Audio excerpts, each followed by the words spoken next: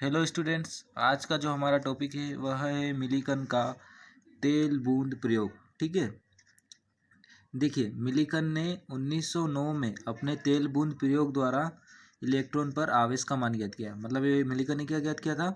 Electron पर आवेश का मान ज्ञात किया था। ठीक है, कौन से प्रयोग से? तेल बूंद प्रयोग से। मतलब इलेक्ट्रॉन पर कितना चार्ज होता है उसकी वैल्यू निकाली थी, है ना, तेल बूंद प्रयोग से। उसके लिए उन्होंने सेटअप लिया था इस टाइप का। क्या क्या किया था? एक बॉक्स लिया, उसमें क्या किया, एटमाइज़र की बोतल लगाई, है ना, जिसमें कि ऑयल भरा हुआ है। ठीक है, उसके बाद इस बॉक्स में दो प्लेटें लगाई, है ना। एक धन प्लेट थी और एक ऋण प्लेट थी। मतलब एक पॉजिटिव वाली प्लेट थी और दूसरी नेगेटिव प्लेट थी। इसके बीच में मध्य में यहाँ पर एक्सरे किरण को पास करने के लिए एक स्रोत लगाया, मतलब जिसमें से एक्सरे किरण निकलती हो और इसके अंदर प्रवेश करती हो। और इधर देखने के लिए क्या लगाया था? माइक्रोस्कोप लगाया था। ठीक है, तो ये सेटअप तैयार किया था। उसके बाद उन्होंने क्या किया?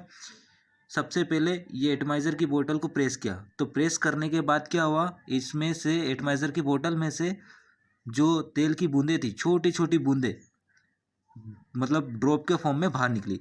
अब वो ड्रॉप की बूंदें इस प्लेट के थ्रू इधर अंदर की ओर गति करने लगी। मतलब इस प्लेट में एक छोटा सा होल किया, इतना छोटा होल कि केवल एक बूंद ही इसमें से निकल सके। ठीक है, इतना छोटा होल किया। तो देखो, गुरुत्वाकर्षण के प्रभाव में तेल की बूंदें नीचे की ओर गति करने लग गई। अब क्या किया? यहाँ से उन्होंने एक्सरे किरण को पास आउट किया, करवाया। एक्सरे किरण क्या क्या होती है? किसी भी पार्टिकल को आयनित कर देती है, इतनी पावर होती है एक्सरे किरण में। तो क्या देखो, यहाँ पर जो आसपास है, यहाँ पर क्या आई वायु भरी हुई है, एयर भरी हुई है। तो एयर में पार्टिकल होते हैं, तो वो जो एयर के जो पार्टिकल होते हैं ना, उनको आयनित कर देती है। तो क्या हुआ? जैसे ही इस एक्सरे किरण को पास आउट किया, कराया, तो ये जो पार्टिकल होते हैं, पार्टिकलों में से इस किरण ने इलेक्ट्रॉन को बाहर कर दिया और इसको आयनित कर दिया। तो इलेक्ट्रॉन बाहर कर दिया, तो इलेक्ट्रॉन तो मूवेबल होते हैं, मतलब गति करते रहते हैं।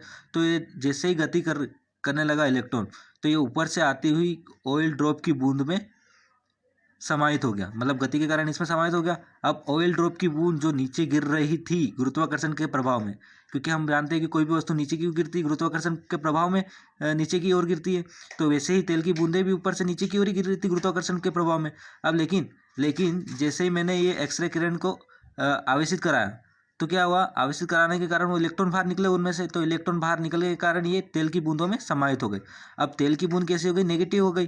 ठीक है, अब क्या किया? इस तेल की बूंद को रोकने के लिए, इस तेल की बूंद को नीचे गिरते हुए रोकने के लिए यहाँ पर इलेक्ट्रिक चार्ज अप्लाई किया गया। मतलब इस इलेक्ट्रिक चार्ज को बढ़ाया गया। मतलब ये पॉजिटिव चार्ज है, इस पॉजिटिव चार्ज को बढ़ाएगा, और नेगेटिव चार्ज को बढ़ाएगा। मतलब इस यहाँ पर बैटरी अप्लाई की, वोल्टेज की बैटरी। ठीक है, तो क्या हुआ? जैसे ही चार्ज बढ़ाया, तो ये तेल की बूंदें क्या हो गई? रुक गई, मतलब ऊपर की ओर गति करने लगी। अब ऊपर की ओर इतनी गति करी, करवाए, केवल इतनी ही गति करवाया उस बूंदों को कि वह बूंद केवल बीच में ठहर जाए, ना ही ऊपर जाए ना ही नीचे जाए। तो इसका मतलब क्या हो जाता है? अगर ऑयल की बूंद हवा में ही ठहर गई, तो इसका मतलब ये हो जाता है कि जो गुरुत्वाकर्षण बल नीचे गिर रहा था, जो बल लग रहा था, वो बल, वो जो इलेक्ट्रोस्टैटिक फोर्स है, मतलब जो विद्युत के कारण बल लगा, जो प्लस और माइनस के कारण बल लगा, वो बराबर हो गए होंगे। जितना बल इस बूंद को नीचे खींचने के लिए लग रहा है, उतना ही बल ये जो पॉजिटिव प्लेट के कारण ऊपर की ओर लगा होगा। मतलब वो इलेक्ट्रिक के कारण लगा होगा। जैसे मैंने बूंद को मैग्नीफाई करके बताया, देखो ये बूंद नीचे की ओर गिर रही थी गुरुत्वाकर्षण के प्रभाव में, जैसे इलेक्ट्रिक फील्ड लगा है, ये बूंद ठहर गई। इसका मतलब ये हुआ होगा कि जो गुरुत्वाकर्षण बल होगा, ये गुरुत्वाकर्षण बल का मान है mg। गुरुत्वाकर्षण बल का जो मान हो रहा होगा, वो डायरेक्टली जो विद्युत क्षेत्र लगाया अपन ने, वो उसके बराबर हो गया होगा, तभी बूंद ठहर गई। तो ये दोनों आपस में बराबर हो गए होंगे, मतलब संतुलित हो गए, क्यू ई बराबर mg हो गया। और यही वैल्यू रखकर यहाँ पर इलेक्ट्रॉन का आवेश निकाल लिया गया था, है ना। वही मैंने यहाँ पर लिखा है। देखिए क्या क्या लिखा है। सामान्य तो कोई भी तेल की बूंद अपने द्रव्यमान के कारण गुरुत्वाकर्षण बल के प्रभाव में नीचे की ओर गति करती, जैसे कि नीचे की ओर गति कर रही थी। ठीक है, लेकिन यदि तेल की बूंद को आवेशित कर दिया जाए, तो देखो तेल की बूंद को अपन ने कैसे आवेशित किया? ये एक्सरे किरण को पास आउट कराकर इलेक्ट्रॉन बाहर निकाला, इलेक्ट्रॉन इसके अंदर चला गया, तो ये अब तेल की बूंद आवेशित हो गई। आवेशित कर दिया जाए तो तेल की बूंद के गुजरने को विद्युत क्षेत्र द्वारा रोका जाता है। अब ये तेल की बूंद नीचे आ रही थी, तो विद्युत क्षेत्र जैसे ही लगा, तो ये तेल की बूंद क्या हो गई? रुक गई, है ना। फिर क्या करते हैं अपन? विद्युत और जो नीचे की ओर जो बल लग रहा है, उस दोनों को क्या कर लेते हैं? अपन संतुलित कर लेते हैं, है ना। ये वही लिखा है मैंने। तो यहाँ पर कितना, मतलब क्या हो जाएगा? मतलब जब बल संतुलित होगा क्या, तो क्या हो जाएगा? जो विद्युत क्षेत्र और जो अपना द्रव्यमान के कारण गुरुत्वाकर्षण बल है वो बराबर हो जाएंगे। तो देखें क्यू इज बराबर एम जी हो जाएगा, और क्यू की वैल्यू कितनी रखनी है अपने को, एन ई, मतलब अपने जो चार्ज होगा वो चार्ज कितना होगा, एन इंटू ई के बराबर। मतलब एन मतलब कितने भी इलेक्ट्रॉन्स हो सकते हैं ना, ये ऐसा थोड़ी ना कि यहाँ से पार्टिकल से एक ही इलेक्ट्रॉन निकले हो, बहुत सारे इलेक्ट्रॉन भी निकल सकते हैं, एन नंबर ऑफ इलेक्ट्रॉन निकल सकते हैं और इस तेल की बूंद में समाहित हो सकते हैं। तो इसीलिए क्यू की जगह अपन ने एन ई लिया, क्योंकि एन की वैल्यू पता नहीं कि कितने इलेक्ट्रॉन प्रवाहित हुए, मतलब उसके अंदर गए। ठीक है, तो क्यू की जगह एन ई रखा। ठीक है, अब क्या हुआ, जैसे ही N E E M G यहाँ पर रख दिया अपन ने, उसकी value N E E is equal to M G. अब एन की वैल्यू निकालना अपने को, तो ई और ई नीचे नीचे की ओर कर दिया मैंने, एन ई इसके नीचे की ओर, एम जी के नीचे को, जहाँ पर ई क्या है अपना, ये जो ई है ये विद्युत क्षेत्र है, ई इलेक्ट्रॉन आवेश है, मतलब आवेश कितना है वो, जी मतलब गुरुत्वीय त्वरण है, एम मतलब मास है ना, द्रव्यमान है, और एन मतलब नंबर ऑफ इलेक्ट्रॉन्स है जो कि उसके अंदर तेल की बूंद के अंदर आए हैं। ठीक है, अब देखिए ई की जो वैल्यू होती है वो होती है विभवांतर अपॉन में डिस्प्लेसमेंट, है ना। तो ई की वैल्यू मैं यहाँ पर इस समीकरण में रख देता हूँ।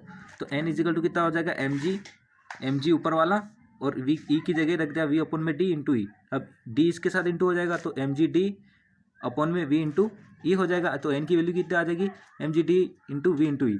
अब तब यहाँ जो एन की जो वैल्यू प्राप्त हुई ना, वह 1.6 इंटू 10⁻⁻⁻ का 90 कूलाम के इंटीग्रल मल्टीपल आई। मतलब जैसे उसको पता होगा मास कितना है, ग्रेविटी कितनी है, डिस्प्लेसमेंट कितना हुआ, वोल्टेज कितना लगा उसने, है ना। तो उसको पता चल गया, मतलब ये सब कैलकुलेट कर लिया। तो जो एन की वैल्यू है ना आई ना, वो सब 1.6 इंटू 10⁻⁻90 की इंटीग्रल मल्टीपल आई। इंटीग्रल मल्टीपल मतलब यदि इस वैल्यू को मैं 1.6 इंटू 10⁻⁻90 कूलाम से डिवाइड कर दूँ ना, तो एन की वैल्यू 1 2 3 4 5 में मतलब पूरी तरीके से कट जाएगी, ऐसी वैल्यू है। मतलब जो भी वैल्यू आ रही थी एन की, जो भी वैल्यू एन की आ रही थी, उसको मैं इस संख्या से भाग दे दूँ तो पूरी कट जा रही थी, पूरी कट जा रही थी, मतलब पूरी तरीके से भागित हो जा रही थी। मतलब एन की वैल्यू 1 2 3 4 5 6 ऐसे कुछ आ रही थी, पॉइंट में कुछ भी नहीं आ रहा था, मतलब पूरी तरीके से कट रही है। तो यही मेरा जिस वैल्यू से एन की वैल्यू पूरी तरीके से कट रही है, उसी की जो मिनिमम वैल्यू जिससे कट रही है ना, उस वही इलेक्ट्रॉन का चार्ज होगा। तो फाइनल में इसी को 1.6 इंटू 10⁻⁻90 कूलाम को ही फाइनली इलेक्ट्रॉन का आवेश माना गया, क्योंकि यही वो वैल्यू थी जिसमें एन की हर वैल्यू डिवाइड हो रही है, मतलब पूरी तरीके से डिवाइड हो रही है, मतलब इंटीग्रल मल्टीपल, एन का इंटीग्रल मल्टीपल था ये। तो ये सबसे छोटी वैल्यू ही, ये सबसे छोटी वैल्यू जिससे कि ये डिवाइड हो रहा है एन की वैल्यू, वही अपनी इलेक्ट्रॉन का आवेश होगा। ठीक है, वहीं यहीं पर यदि एन के मान को 1.6 इंटू 90 कूलाम से भाग कर दिया जाए तो पूरी तरीके से विभाजित हो रहा था। तो एन इजिकल टू 1 2 3 4 5 ऐसा कुछ निकल रहा था, मतलब पूरी तरह से डिवाइडेबल हो रहा है। अतः 1.6 इंटू 10⁻⁻90 ही इलेक्ट्रॉन का क्या होगा, आवेश होगा। ठीक है, उन्होंने ये कहा। फिर बाद में क्या हुआ, अपने को पता था थॉमसन के प्रयोग से अपन ने ई बाई एम रेशो निकाल के रखा था इसकी वैल्यू, है ना। तो क्या ई की वैल्यू अभी निकाल ली उन्होंने 1.6 इंटू 10⁻⁻90 कूलम। तो एम की वैल्यू अपने आप निकल जाएगी, कैसे निकलेगी, एम को यहाँ पे पहुंचाओ और इसको यहाँ पे ले आओ। तो देखो 1.6 इंटू 10⁻⁻90 कूलम 1.7588 इंटू करके डिवाइड करके कितना आंसर आएगा, एम 9.109 इंटू 10⁻⁻31 किलोग्राम आया। ठीक है, तो जो ई जैसे ही ई निकला फिर एम भी निकल गया, क्योंकि ई बाई एम रेशियो की जो वैल्यू है वो तो थॉमसन के प्रयोग से अब निकाल ही चुके थे, है ना। तो ई की वैल्यू निकली तो एम की वैल्यू भी अपने आप आ गई। ठीक है, तो ये था अपना मिलिकन का ऑयल ड्रॉप एक्सपेरिमेंट।